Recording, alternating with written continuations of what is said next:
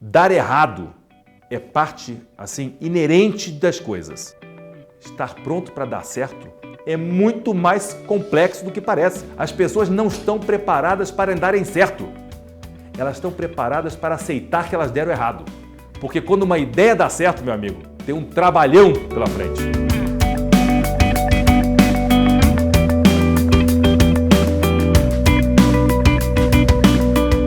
Eu me lembro até hoje, numa festinha, numa balada de adolescente, quando eu fui junto com os meus amigos, e eu, que tenho o defeito de pensar grande, obviamente que o meu objetivo era a menina mais bonita da classe. Tomei coragem, custou, porque não podia se beber nessas festas naquela época ainda, e fui tirar a menina para dançar. Obviamente recebi um sonoro não. E assim, naquele momento, eu me recolhi na minha incapacidade estética de poder criar aquele momento de atração e fui e me coloquei ao lado do cara da equipe de som, conversando com o DJ, falando sobre tudo ou nada e ouvindo. O cara falou, olha, será que você não está fazendo nada? Me ajuda aqui que tem que fazer muita coisa. Então, toma conta do controle das luzes, ou me presta aqui, me traz esses discos, etc. Bom, fazendo a história longa, curta, me tornei sócio da equipe de som. E me tornando sócio da equipe de som, me tornei um importante, famoso DJ na escola, o mais legal da escola, porque eu adoro música, adorava música, gastava horas e horas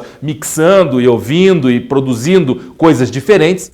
Eu passei a ser atração das festas. E essa brincadeira acabou me resgatando ou me chamando a atenção para da importância da autoestima.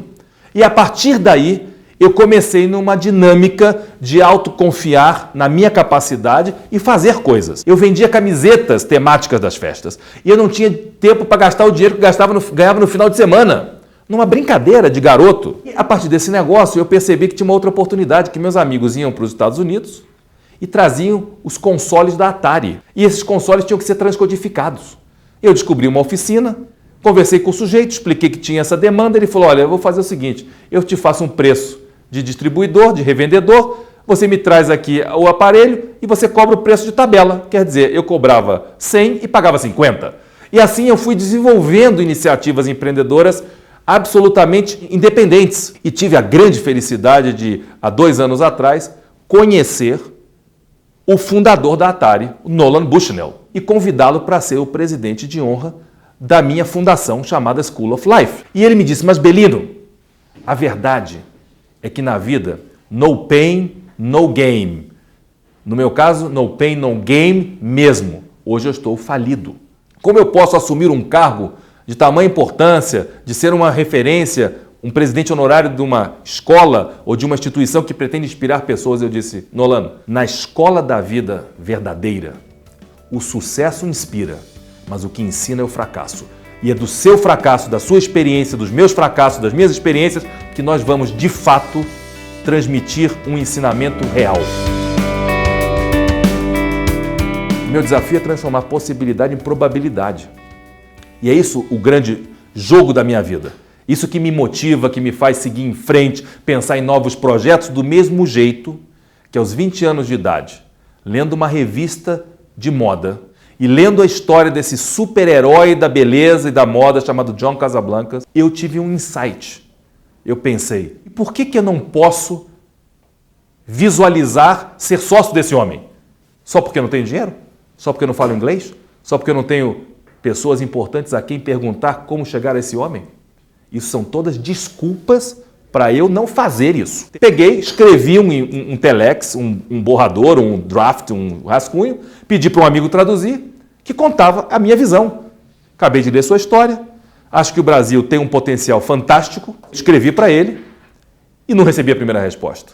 Eu não sou mais inteligente que ninguém, mais brilhante que ninguém, mas eu sou possivelmente mais persistente e mais chato e mais perseverante. Isso com certeza. E aí eu entendi que a maneira como eu estava abordando não estava funcionando. Eu falei, vou mudar a abordagem. Se essa relação de comunicação virtual não vai funcionar, temos que estabelecer uma oportunidade de um encontro pessoal. Propus uma reunião. Eis que recebo então uma resposta. Eu falei, agora eu tenho um problema e uma oportunidade. A oportunidade de sentar na frente deles. Problema, como é que eu chego em Nova York? Não tenho dinheiro, não falo inglês, não sei nem como fazer. leio uma revista, uma matéria de uma grande companhia de transporte de documentos, DHL, que acabava de entrar no Brasil. Eu tinha conhecido o diretor, o country manager dessa companhia, e uma entrevista dele, ele contando de que ele estava recrutando jovens universitários que precisassem viajar, não tinham dinheiro, mas que estivessem dispostos a levar os malotes de carta. Bom, resumindo, liguei para ele na segunda-feira e me tornei carteiro da DHL. Fui a Nova York quase 10 vezes em um ano, não recebeu na primeira vez, nem na segunda vez, nem na terceira vez, nem na quarta vez, nem na quinta vez, na sexta vez me recebeu. Ô Ricardo, me conta rapidamente o que você quer. E eu expliquei. Eu tenho uma visão, eu acho que o Brasil tem um grande potencial, eu acho que a gente pode desenvolver o teu modelo de negócio no Brasil, isso pode ser um grande sucesso. Ele falou, olha, deixa eu te dizer, para encurtar a história. Eu sou o maior grupo de agências de modelo do mundo, eu tenho 25 agências, a gente fatura 100 milhões de dólares por ano, temos 9 das 10 modelos mais importantes do mundo. O que eu vou fazer contigo? Eu falei, calma, eu acho que o Brasil é uma visão de médio e longo prazo. Bom, ele me deu uma carta, ele falou, vamos fazer o seguinte, eu promovo meu concurso em 45 países, e pelo sistema de franquia. Eu te cobro 20 mil dólares de franquia para você realizar o concurso no Brasil. Eu vim para o Brasil, bati na porta de todas as agências de propaganda que você puder imaginar e outras, e clientes em potencial, marcas de moda, até que eu encontro o Nelson Alvarenga, dono da Elos. E ele me falou, Ricardo, essa estratégia é perfeita para o momento da minha marca, reposicionamento, rejuvenescer a marca. Eu quero esse pacote, mas não quero dividir com ninguém, patrocínio exclusivo. Quanto custa? $1 milhão. Ele falou, tá ok. Eu vou depositar 95% do meu budget de marketing nessa estratégia, eu acho que ela é winner e nós vamos em frente com esse negócio. John, eu falei, esse cara vai me mandar para aquele lugar. Eu falei, quero só te dizer o seguinte, achei o patrocinador, tem esse orçamento e nós vamos colocar esse foguete no ar. E no dia 8/8/88 nós fizemos no Golden Room do Copacabana Palace a primeira etapa nacional do concurso Elos, The Look of the Year. Dali para frente, a Elite se tornou, a Elite do Brasil, a maior referente do grupo no mundo, lançou todas as maiores modelos brasileiras com um sujeito que não entendia nada de moda, não falava inglês, não tinha um tostão. E aos 22 anos eu era dono da Elite e consegui provar para mim mesmo que realmente não existe esse limite, que você pode, se você acreditar com muita convicção. Eu estava em Nova York e vi um movimento muito bacana da indústria da moda americana em prol de apoiar uma campanha de conscientização para o câncer de mama. Entrei numa loja na Madison, comprei 2 camisetas, $15 cada uma. Liguei para o escritório e falei, vocês conseguem para mim um press kit desse negócio? Chego no Brasil e decidi, vou trazer essa campanha para o Brasil. Primeira pessoa com quem eu falei foi com a minha amiga Constanza Pascolato, que é uma grande figura nesse cenário, e ela ficou muito emocionada, porque o presidente do Instituto Brasileiro do Controle do Câncer, hospital que nós identificamos para doar os recursos da campanha, era o professor Sampaio Góes, que acabava de curá-la de um câncer de mama. Então, a sincronicidade foi extraordinária. Então, fui conversar com um fabricante de camiseta. E eu fui conversar em Blumenau com o Fábio Hering. Levei as camisetas, levei o pôster, levei a história, e o Fábio me falou, Belino, desculpa te contrariar, mas essa proposta, esse projeto não vai dar certo. Porque o brasileiro não tem o mesmo espírito filantrópico do americano. Não vai haver o mesmo engajamento que você está vendo que aconteceu nos Estados Unidos. Lá vendeu quantas camisetas? 300 mil? Esquece. Isso aqui vai vender nada. Eu falei, Fábio, com todo respeito, eu não vim te perguntar o que você acha da campanha. Eu vim te dizer que eu vou fazer a campanha. Eu quero saber se você fabrica a camiseta. Ele falou, se você pagar. Eu falei, mas eu te pedi camiseta de graça? E assim, voltei e fui tirar pedidos. Tinha 150 mil pedidos antes de lançar em uma cerimônia no Palácio do Itamaraty, onde eu abri com um discurso ao lado da doutora Ruth Cardoso, a Dib Jatene e o meu querido amigo Carlos Miele, que vendeu a primeira camiseta da doutora Ruth. Vendemos, no primeiro ano, 600 mil camisetas. Em 20 anos, mais de 10 milhões de camisetas e produtos com a marca do câncer de mama foram comercializados no Brasil.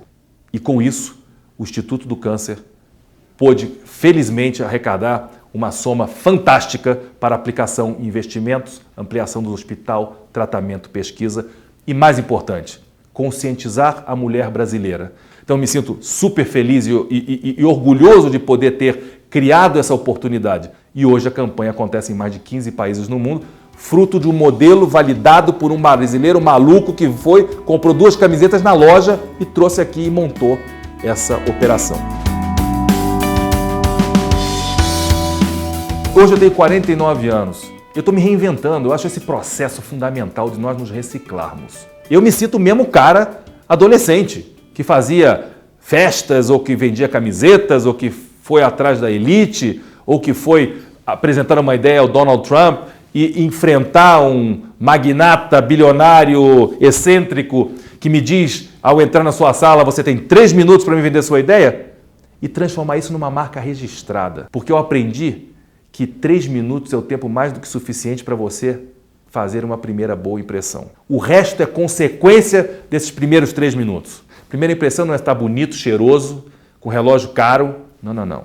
É empatia, é transmitir transparência, verdade e honestidade. As pessoas são muito mais inteligentes e sensíveis do que a gente imagina. Mas você pode criar empatia, e essa empatia é a porta que, para mim, é fundamental que se abra no momento que eu conheço uma nova pessoa, um novo parceiro, um novo negócio. O que eu acumulei economicamente, financeiramente, é a consequência, é o resultado de uma atitude. Quando eu dirijo o meu carro, quando eu mergulho na água, na praia, e eu penso, a alegria que eu tenho de ter acreditado que eu podia correr o risco e de que eu tinha que tentar e de que eu tinha que me arriscar.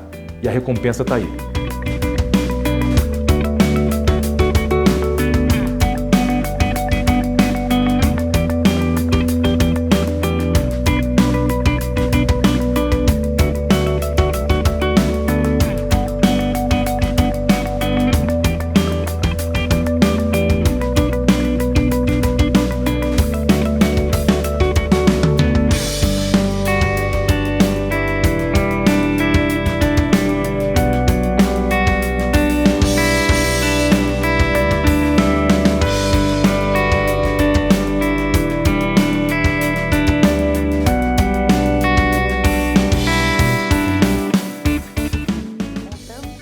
Que eu faça o meu melhor, não tem problema se deu certo ou deu errado.